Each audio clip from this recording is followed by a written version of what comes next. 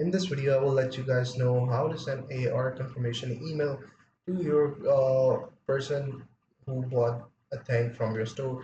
So for that, the process is very simple. Click on the link in the description and you will be redirected to this page.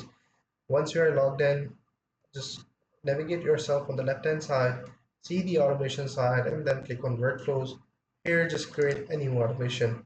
It says abandoned cart, product purchase, and anniversary date, marketing activity, welcome message. We are looking forward for a product purchase, and all you have to do is to make sure that you select the right language and then move forward. But the first thing is that you have to connect your store with the Brevo in order to send it. Once it's been confirmed, the rest of the thing is pretty much same, just the way you will see right over here.